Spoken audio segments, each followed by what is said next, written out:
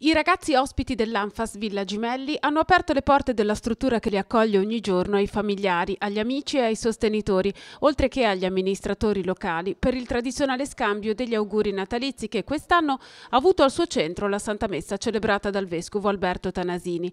Una presenza più che gradita in un anno speciale che si sta per chiudere, quello del 60° anniversario di fondazione. Al termine della celebrazione dell'Eucarestia, il Vescovo ha trascorso poi l'intero pomeriggio con i ragazzi ospiti, i loro familiari e il personale della struttura. È stato un regalo, veramente un regalo enorme. E oltre al regalo è il significato di famiglia che si respira qui a Villa Gimelli, significato che comunque viene rinforzato da questa presenza, da queste presenze. Veramente è una giornata particolare. Nel corso della celebrazione della messa, il vescovo ha invitato a guardare nel presepe la figura di San Giuseppe, il padre silenzioso che prende su di sé l'impegno forte a spendersi per Maria e per Gesù.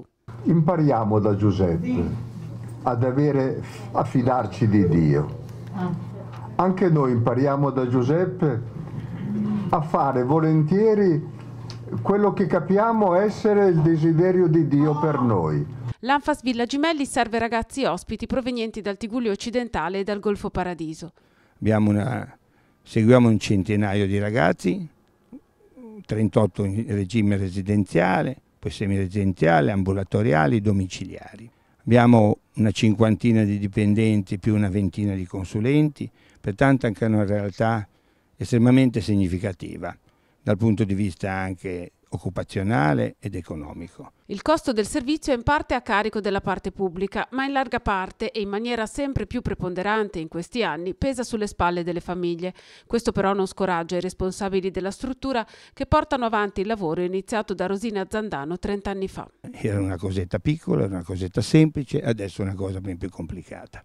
I contributi statali, le varie provvidenze, le varie rette sono sempre più in fatica, ma noi ce la metteremo tutta con l'aiuto delle nostre famiglie, di tutti quelli che ci circondano, delle amministrazioni pubbliche ma anche dei semplici volontari. Faremo raccolte fondi, faremo quello che dobbiamo fare per mantenere tra l'altro la qualità dei nostri servizi e non lasciare a casa nessuno. Questo è il nostro impegno anche come Presidente.